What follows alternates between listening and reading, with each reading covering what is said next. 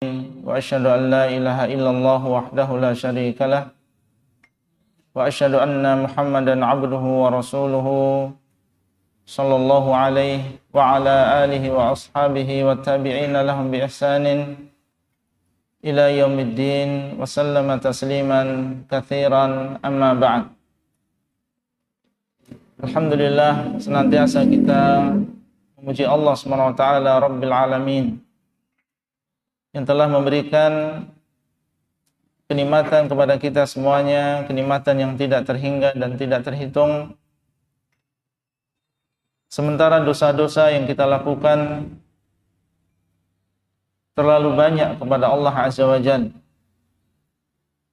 Semoga Allah SWT mengampuni dosa-dosa kita semuanya dan terus memberikan kepada kita kenikmatan-kenikmatan tersebut. Tentunya kenikmatan yang paling besar adalah nikmat Islam dan juga iman, yang dengannya seseorang mendapatkan kebahagiaan di dunia maupun di akhirat. Salawat dan salam untuk Nabi kita Muhammad SAW, keluarga beliau, para sahabat beliau, dan orang-orang yang mengikuti mereka dengan baik sampai akhir zaman. Bapak Ibu sekalian yang dimuliakan oleh Allah, insyaallah mulai hari ini kita akan mempelajari kitab yang baru yang berjudul Al-Baqiyatus Shalihat Minal Adhkari Ba'da Salawat, yang ditulis oleh guru kami yang mulia Fadilatul Syekh Shalih bin Abdullah Ibn Hamad Al-Utsaimin hafizahullah ta'ala. Beliau adalah penulis kitab yang sebelumnya kita pelajari, yang alhamdulillah 2 pekan yang lalu kita sudah mengkhatamkannya, yaitu kitab Al-Adab Al-Asharah, 10 adab.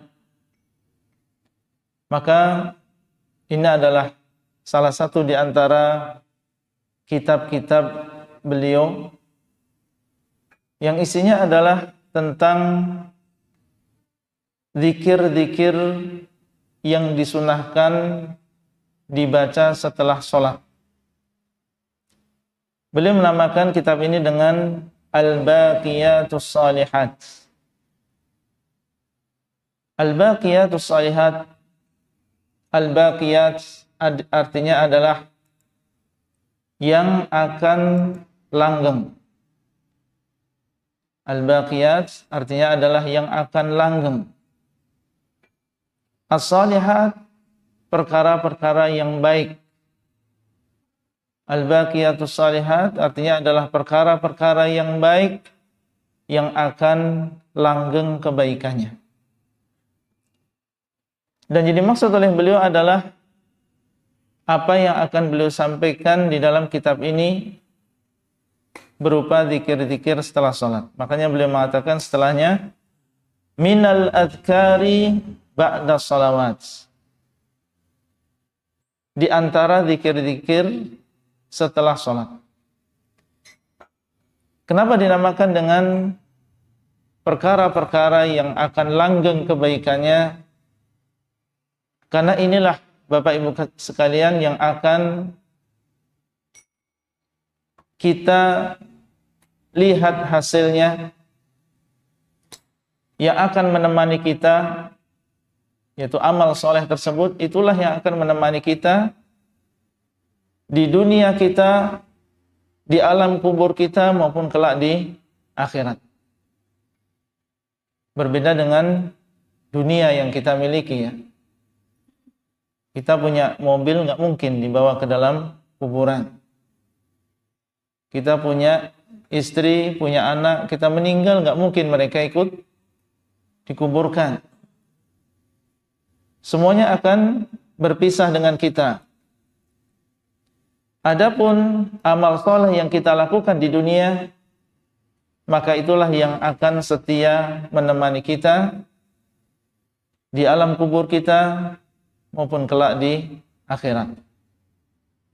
Oleh karena itu Allah SWT mengatakan di dalam Al-Quran, dalam surat Al-Kahfi, ayat yang ke-46, Al-malu wal-banuna zinatul hayatid dunya, wal-baqiyatus salihatu khairun inda rabbika thawaban wa khairun amala.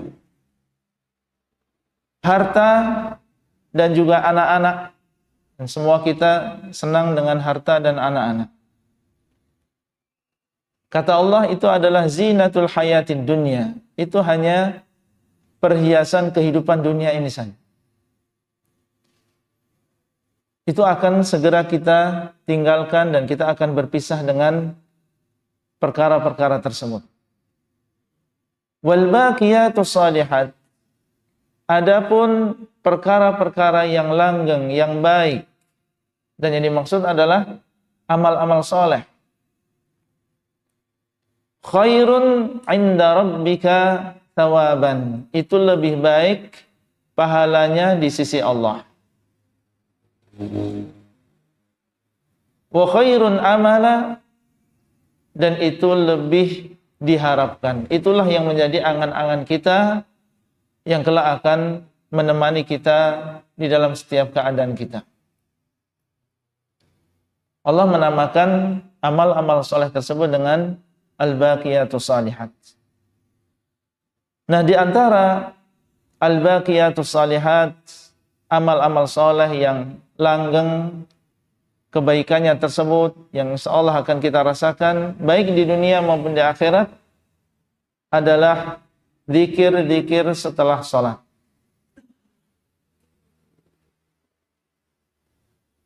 Dan yang dimaksud dengan setelah sholat di sini bukan hanya sholat fardu saja.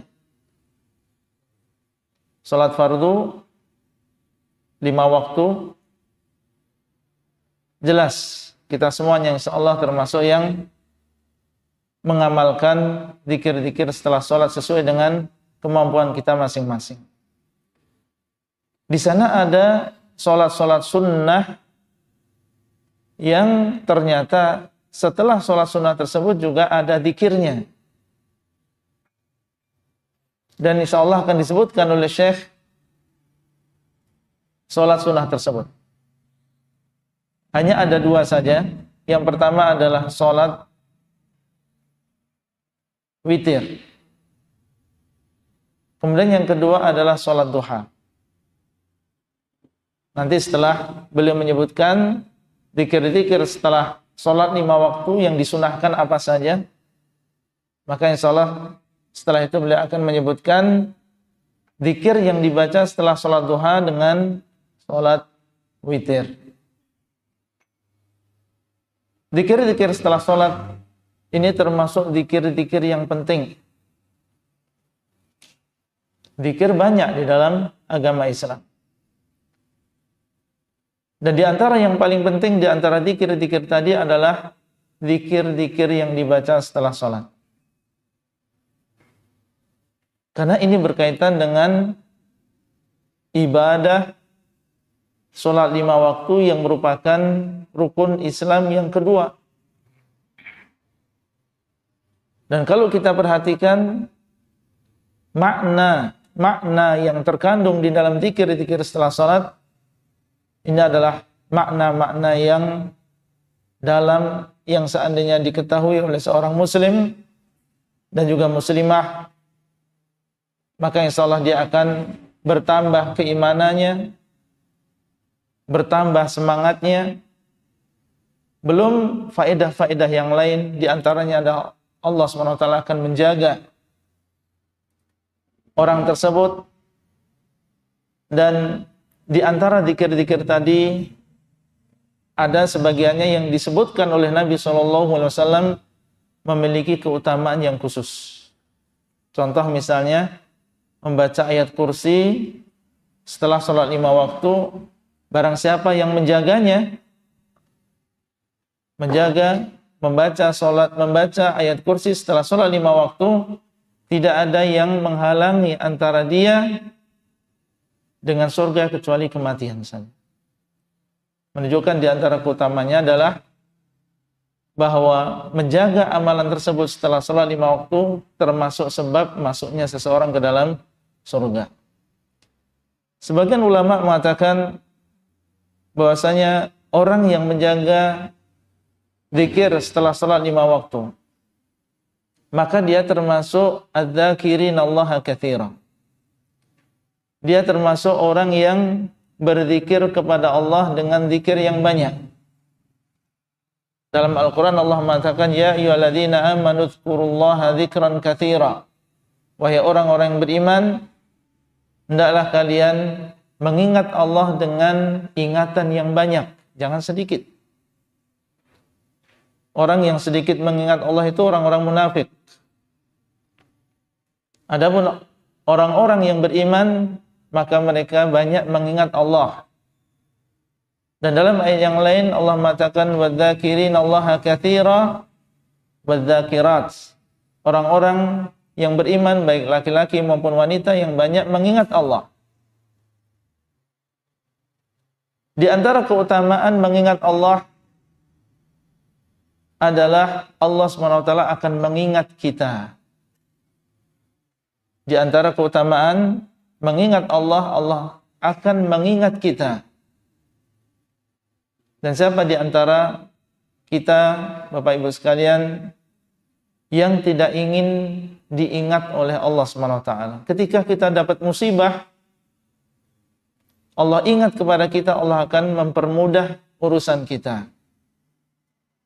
Akan menjadikan kita mudah dan lapang dalam menghadapi musibah tadi.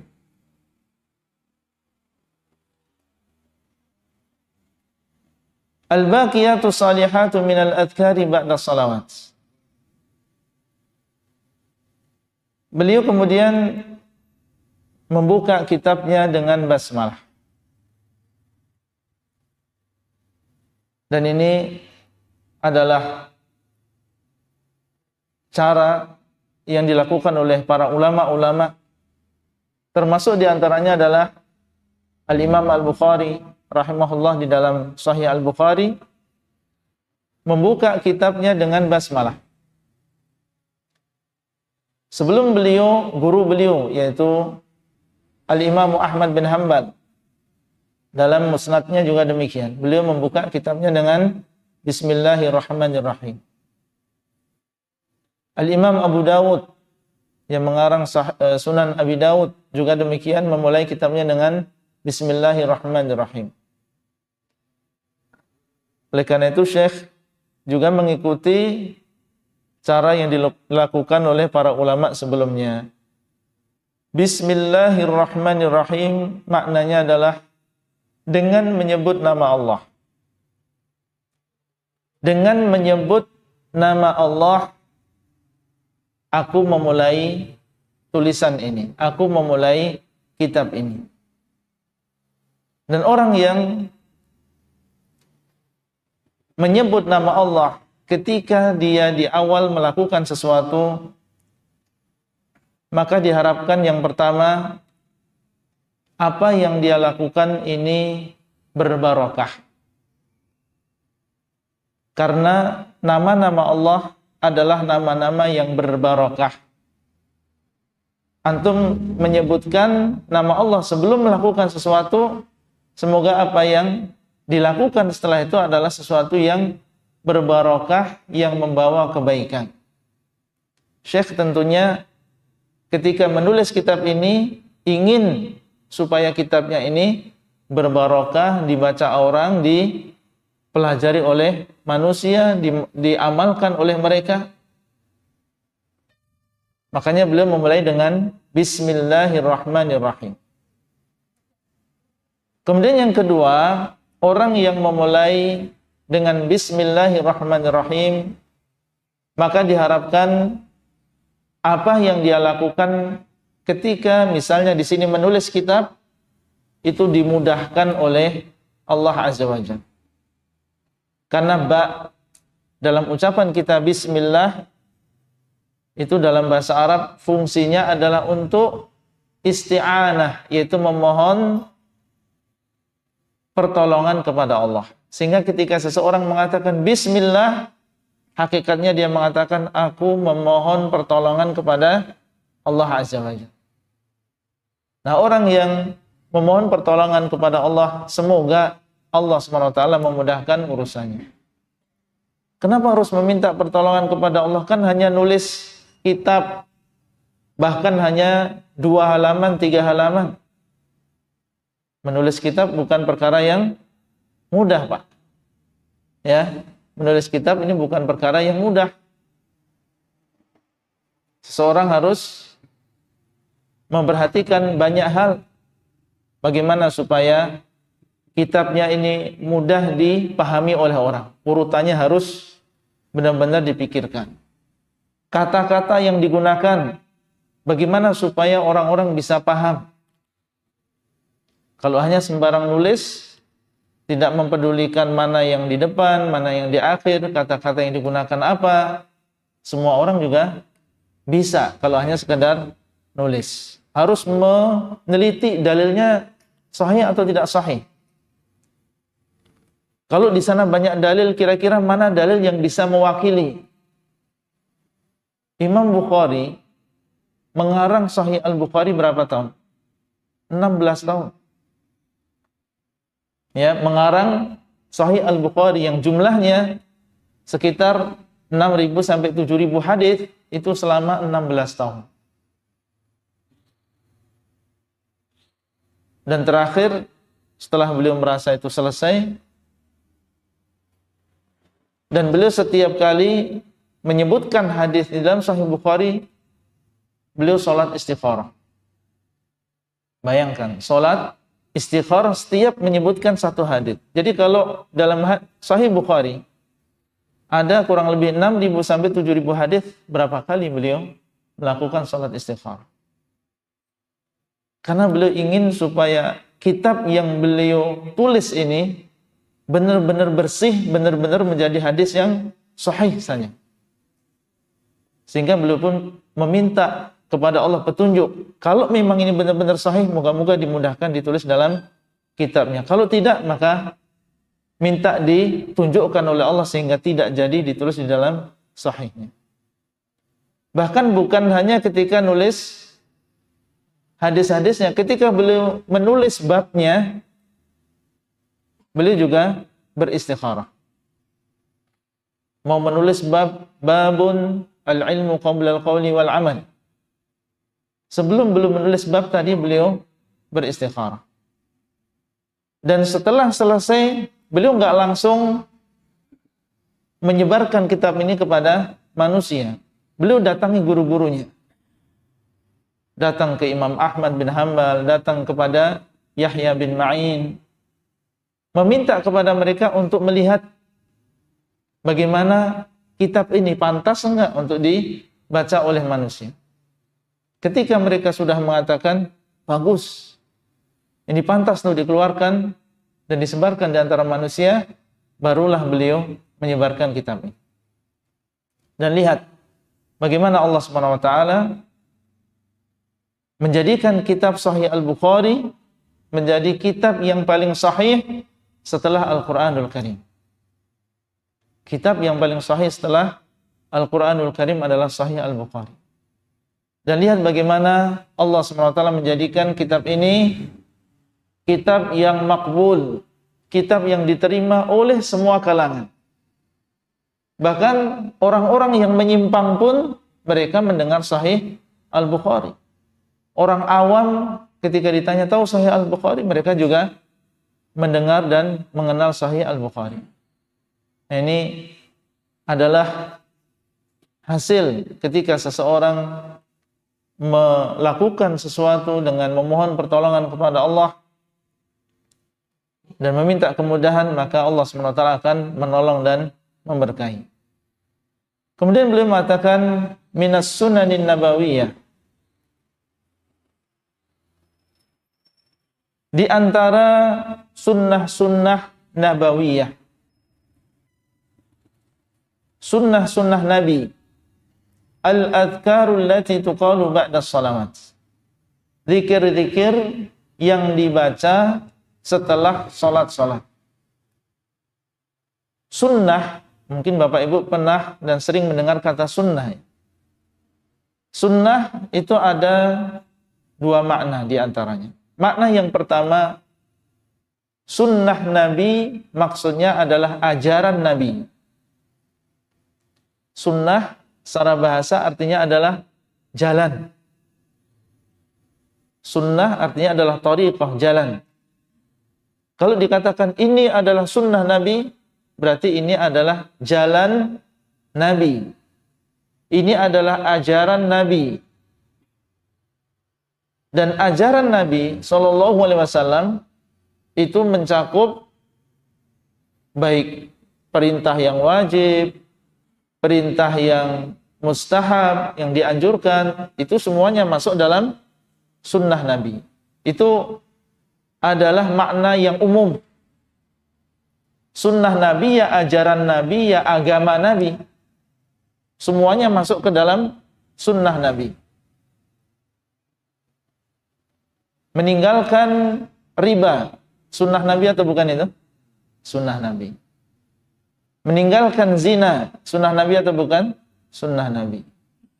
Salat 5 waktu, termasuk sunnah Nabi. Melakukan salat rawatib, termasuk sunnah Nabi. Semuanya, baik yang wajib, yang dianjurkan, masuk di dalam sunnah Nabi, dengan makna sunnah di sini adalah ajaran atau agama Nabi SAW. Makna yang kedua, sunnah Nabi artinya adalah yang dianjurkan. Yang dianjurkan, tidak diwajibkan. Ya. Kalau diartikan itu adalah yang dianjurkan, berarti maknanya di sini lebih umum atau lebih khusus daripada yang pertama? Lebih khusus. Kalau yang pertama tadi kan sunnah Nabi artinya adalah ajaran Nabi secara keseluruhan.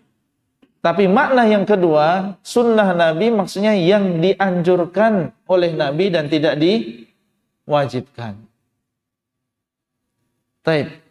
Kira-kira di sini makna yang mana itu? Termasuk sunnah-sunnah Nabi adalah zikir setelah sholat. Makna yang pertama atau makna yang kedua? Iya. Apa maknanya di sini? Sunnah di sini adalah ajaran Nabi secara keseluruhan, atau yang dimaksud adalah yang dianjurkan oleh Nabi? Yang dianjurkan sahih, dan kalau dibawa makna yang pertama juga sahih. Termasuk sunnah Nabi, termasuk ajaran Nabi, zikir yang dibaca setelah sholat. Betul. Dan bisa juga termasuk yang dianjurkan oleh Nabi, zikir yang dibaca setelah sholat. Dua-duanya benar. Jadi sunnah an-nabawiyah di sini bisa dibawa kepada dua makna tersebut. Taib. Sholat 5 waktu termasuk sunnah Nabi. Kira-kira makna yang mana itu? Yang pertama. Yang artinya apa? Ajaran Nabi. Sholat rawatib termasuk sunnah Nabi. Yang mana itu? Yang pertama dan kedua. Berpuasa di bulan Ramadan termasuk sunnah Nabi. Yang pertama. Insyaallah paham ya. Al-adhkarul lati tuqalu ba'da salawat, zikir-zikir yang dibaca setelah sholat. Dan zikir-zikir di sini bukan hanya zikir yang diucapkan dengan lisan. Karena makna zikir itu apa? Mengingat. Dan jadi maksud di dalam Islam adalah mengingat Allah. Dan tentunya yang paling utama adalah mengingat Allah dengan apa? Dengan hati. Seseorang mengucapkan dengan lisannya, tujuannya adalah supaya membawa hati ini memahami dan merenungi apa yang diucapkan oleh lisan. antum atau kita mengatakan subhanallah dengan lisan kita. Maksud syariat adalah supaya hati kita juga merenungi dan memahami makna ucapan kita subhanallah. Maha suci Allah, yaitu maha suci dari seluruh sifat kekurangan. Dialah yang memiliki seluruh sifat kesempurnaan, tidak memiliki sifat kekurangan sedikit pun. Diharapkan seseorang ketika mengucapkan tasbih tadi, hatinya mengagungkan Allah dan menyadari bahwasanya Allah yang dia sembah sama sekali tidak memiliki sifat kekurangan. Apa yang diucapkan oleh manusia tentang diri Allah, ada di antara mereka yang mengatakan Allah punya anak. Bahkan sebagian orang yang sudah keterlaluan kekufurannya, mensifati Allah dengan sifat-sifat yang tidak baik, sampai mengatakan bahwasanya Allah sekarang sudah tidak ada. Setelah melihat kehancuran-kehancuran dan pemberontakan mereka, kemudian mereka mengatakan Allah sudah tidak ada. Ini mensifati Allah dengan sifat-sifat yang jelek. Maka seorang muslim mengatakan subhanallah, maha suci Allah dari apa yang mereka ucapkan, yang diucapkan oleh orang-orang musyrik, yang diucapkan oleh orang-orang kafir. Mengagungkan Allah dengan mengucapkan subhanallah. Maka diharapkan zikir diucapkan dengan lisan dan dipahami oleh hati. Allati tuqalu ba'da salawat, yang diucapkan setelah salawat. Tuqal diucapkan, artinya bukan hanya di dalam hati saja. Ya, setelah salat diam lisannya, kemudian hatinya mengatakan subhanallah, subhanallah, subhanallah. Enggak, beliau mengatakan allati tuqal, yang diucapkan. Bukan hanya dikatakan oleh hati saja. Jadi harus diucapkan oleh lisan. Diucapkan oleh lisan di sini nanti akan disebutkan di akhir bagaimana khilaf di antara para ulama, diucapkan di sini dengan pelan atau dengan mengeraskan suara. Jumhur ulama, mayoritas ulama mengatakan sunnahnya sir. Termasuk diantaranya dalam madhab Syafi'i, madhab Maliki, Hambali. Rata-rata mereka mengatakan bahwasanya sunnahnya setelah sholat itu sir, yaitu dengan tidak mengeraskan suara. Kecuali kalau ingin, ya seorang imam ya, ingin mengajarkan kepada makmum, ingin mengajarkan tentang zikir setelah sholat, maka kata Imam Syafi'i tidak masalah. Kalau memang tujuannya ingin mengajarkan makmum, supaya mereka tahu yang sunnah itu bagaimana. Tapi kalau sudah tahu, ya sudah, berhenti. Jangan terus-menerus mengeraskan suaranya. Dan ada di antara ulama yang mengatakan justru malah sunnahnya adalah dijaharkan.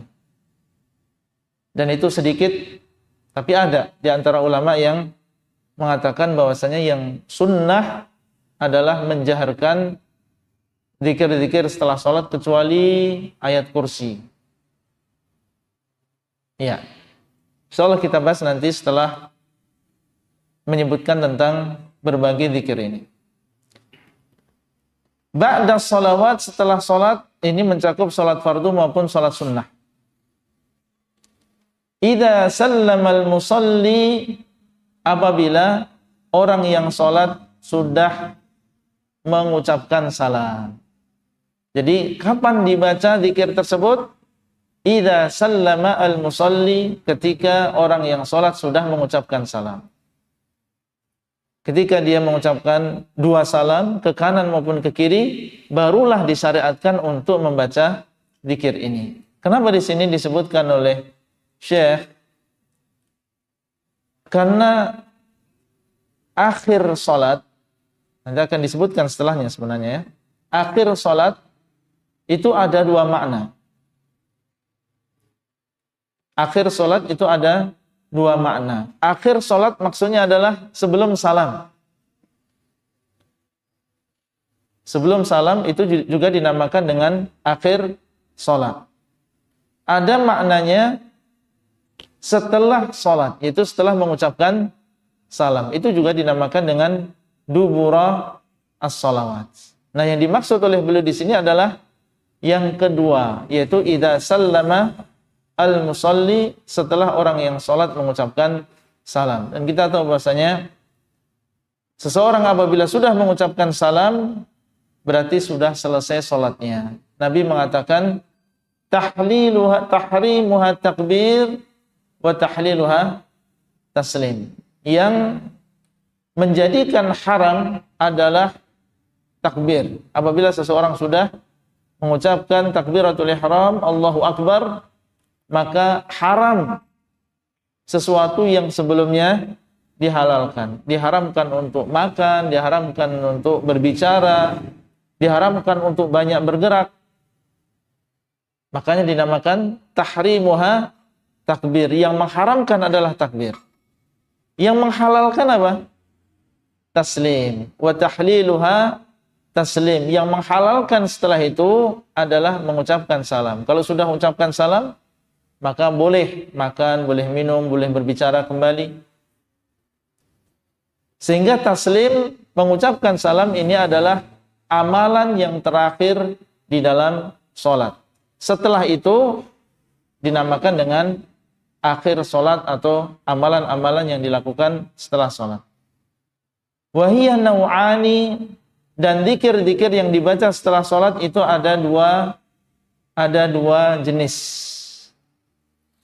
An-naw'ul awal, jenis yang pertama adalah al-adhkarul lati tuqalu duburas salawatil khamsi al-mafruḍah. Jenis yang pertama adalah zikir-zikir yang dibaca di akhir sholat 5 waktu yang diwajibkan. Nah ini yang tadi kita sebutkan, dubur. Ya, dubur artinya adalah belakang.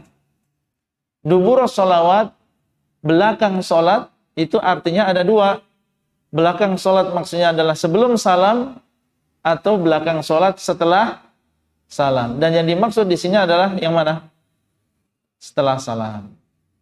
Jadi kalau antum baca dalil dan di situ disebutkan oleh Nabi dubur sholawat, itu ada dua makna sebenarnya. Ya, bisa maksudnya adalah sebelum salam, bisa maksudnya adalah setelah salam. Nah, para ulama seperti Syekh Muhammad bin Shalih Al-Utsaimin beliau menyebutkan kaidah. Bagaimana kita bisa membedakan dubur sholawat di sini sebelum salam atau setelah salam? Apa kaidahnya? Kalau isinya adalah doa, maka itu sebelum salam.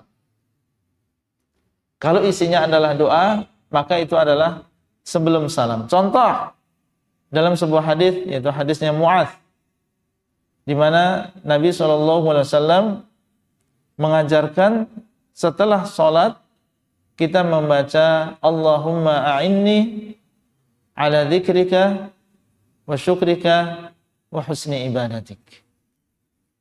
Allahumma a'inni ala dzikrika wa syukrika wa husni ibadatik. Ya Allah, bantulah aku untuk mengingatmu, bersyukur kepadamu, dan baik dalam beribadah kepadamu. Kira-kira doa atau zikir itu? Doa. Kalau doa berarti dibaca kapan? Sebelum salam. Ya.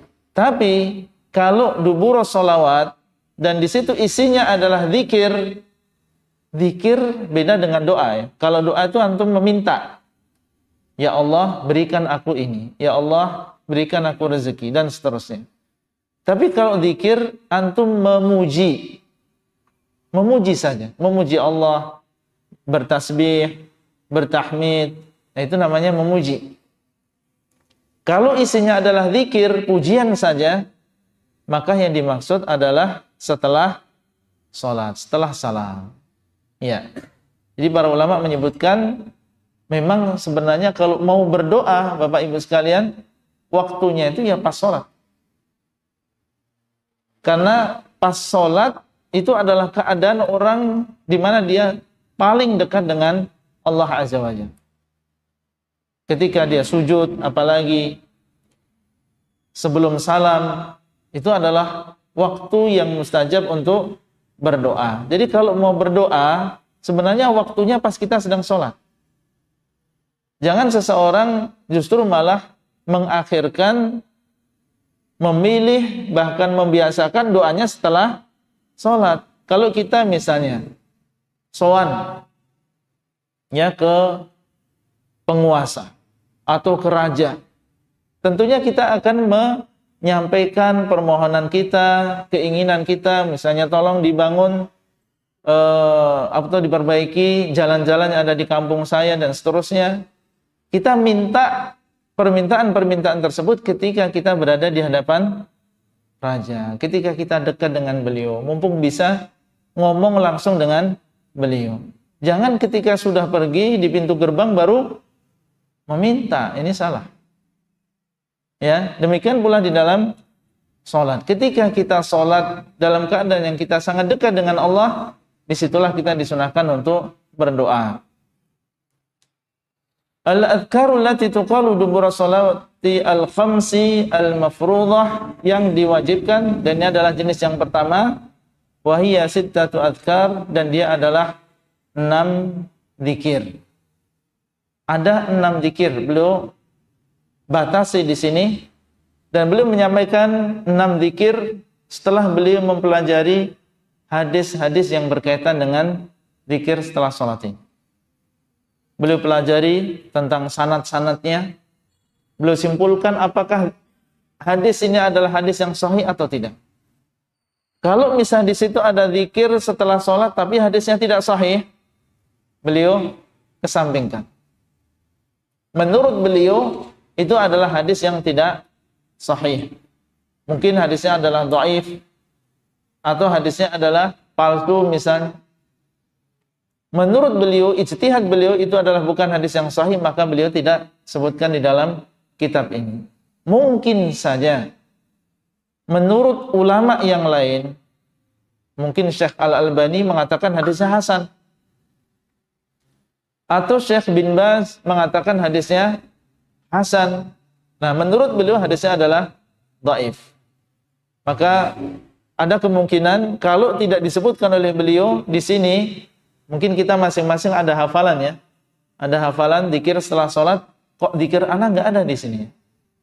Yang biasa ana baca kok tidak ada. Nah, ada kemungkinan menurut Syekh hadisnya adalah hadis yang dhaif. Tapi beliau pun juga tidak mengingkari kalau di sana ada hadis, kalau di sana ada ulama yang mungkin menghasankan atau mensahihkan hadis tersebut, yaitu kembali kepada ijtihad beliau. Beliau tidak memaksakan di sini. Ini menurut beliau yang berdasarkan hadis-hadis yang sahih. Atau seandainya tidak disebutkan di sini, ada kemungkinan hadisnya adalah hadis yang sahih, betul, tetapi tidak menunjukkan bahwasanya itu dibaca setelah sholat. Hadisnya sahih, tapi setelah diteliti, itu ternyata bukan dibaca setelah sholat. Seperti tadi, Allahumma a'inni ala dzikrika wa syukrika wa husni ibadatik. Hadisnya sahih. Tapi duburus sholawat di sini bukan setelah sholat, tapi maknanya adalah sebelum salam. Ya, sebelum salam. Jadi secara riwayah dan juga dirayah, beliau berusaha untuk benar-benar ia mendatangkan di dalam kitab ini zikir-zikir yang memang telah tetap dari Nabi SAW, dan setelah sholat 5 waktu hanya 6 saja. Nah, insya Allah mulai pertemuan yang akan datang kita akan mempelajari satu-satu dari zikir-zikir tersebut. Insya Allah kita cukupkan sampai di sini dulu. Sebelum ditutup mungkin ada pertanyaan, masih ada waktu 5 menit. Ya.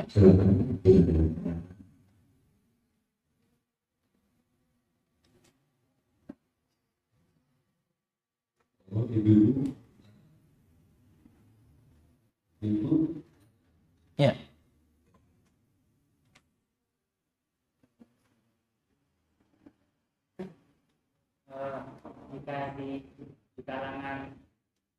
masalah kita itu Ya. sekarang pun biasa kan sama kiainya atau imamnya lalu jamaah zikir setelahnya. Ya. Kemudian jika seandainya suatu waktu imam tidak hadir dan kebetulan di antara kita ada yang ditunjuk menjadi imam, Ya. maka boleh kita mengeraskan bacaan dengan maksud tadi untuk mengajarkan zikir-zikir yang mungkin kalau yang imam biasa dibaca itu ada yang tidak sesuai dengan Ya. Kita ingin mengajarkan yang sunnah. Ya. dengan yang seperti itu. Ya. Tapi mungkin jamaah yang lain bisa memahami beda. Ya. Ya. Bagaimana seandainya suatu saat kita ditunjuk menjadi imam dan kita mengetahui bahwasanya para makmum dalam masalah zikir setelah salat ini belum sesuai dengan contoh Nabi SAW. Bolehkah kita mengeraskan suara supaya mereka tahu bagaimana cara menggerakkan jari, bagaimana mereka bertasbih, bertahmid, apa yang dibaca setelah salat? Jawabannya seperti yang tadi kita sebutkan, boleh, tidak masalah. Dan Imam Syafi'i rahimahullah menyebutkan kalau maksudnya adalah untuk ta'lim, maka ini tidak masalah. Kita keraskan dan tentunya ini semua sesuai dengan kadarnya. Sesuai dengan kadarnya. Kalau mereka sudah tahu dan sudah memahami, maka kita hentikan. Karena jumhur ulama mengatakan bahasanya yang sunnah adalah melirihkan suara. Apakah diharuskan mereka mengetahui maksud kita? Tentunya tidak diharuskan. Ya, tidak diharuskan mereka mengetahui maksud kita. Maksud kita ingin mengajarkan mereka. Meskipun mereka tidak tahu, maka tidak masalah. Tidak masalah insyaallah. Nah, tentang sholat syuruk, hadisnya sahih apa hasan, kalau dijalankan hukumnya bagaimana? Memang ada perbedaan pendapat di antara para ulama tentang sholat syuruk ini. Apakah hadisnya adalah hadis yang tetap dari Nabi SAW, yaitu hadis yang hasan, atau dia adalah hadis yang dhaif? Syekh Al-Albani rahimahullah beliau menghasankan. Syekh Al-Albani rahimahullah beliau menghasankan. Dan banyak di antara ulama di Mamlakah di Saudi Arabia yang mereka juga menetapkan hadis ini, tidak mendhaifkan hadis ini, bahkan diamalkan. Ya, hadis ini ketika kita belajar di Madinah, baik di kampus, ya di kampus, kalau mereka menunggu setelah sholat subuh, maka kita melihat para mahasiswa yang mereka adalah para penuntut ilmu, mereka mengamalkan hadis ini. Mereka sholat 2 rakaat 15 menit setelah terbitnya matahari. Jadi wallahu ta'ala alam, yang lebih kuat bahwasanya hadis ini adalah hadis yang hasan, kita amalkan, dan pahalanya sebagaimana dalam hadis orang yang melakukan sholat subuh secara berjamaah, kemudian dia duduk di masjid mengingat Allah sampai terbit matahari, kemudian sholat 2 rakaat, maka dia mendapatkan pahala haji dan umrah secara sempurna. Ya, pahala haji dan umrah secara sempurna. Nabi mengatakan tamatan, secara sempurna. Karena mungkin sebagian mengatakan cuma duduk di masjid selama 30 menit kok dapat pahala haji dan umrah. Mungkin pahalanya kurang. Nabi menguatkan dan mengatakan tamah, sempurna. Artinya pahalanya persis dengan orang yang melakukan umrah langsung ke Mekah dan juga haji ke Mekah. Maka ini adalah sunnah Nabi SAW yang mungkin banyak di antara saudara-saudara kita yang belum mengamalkan sunnah ini. Minimal pernahlah kita mengamalkan. Meskipun kita tidak tiap hari karena banyak urusan di rumah, beres-beres, ngantar anak sekolah, atau kita sendiri punya pekerjaan, ya maka minimal pas libur kita sempatkan untuk duduk di masjid sampai terbit matahari. Ya, kita lihat jadwal terbitnya jam berapa, tunggu 15 menit. Ya, kalau terbitnya jam 5, tunggu sampai 5.15, baru kita melakukan sholat 2 rakaat. Barakallahu fikum, mungkin itu yang bisa kita sampaikan pada kesempatan kali ini. Semoga bermanfaat. Wassallallahu ala nabiyyina Muhammadin wa ala alihi wa sahbihi ajma'in. Wassalamualaikum warahmatullahi wabarakatuh.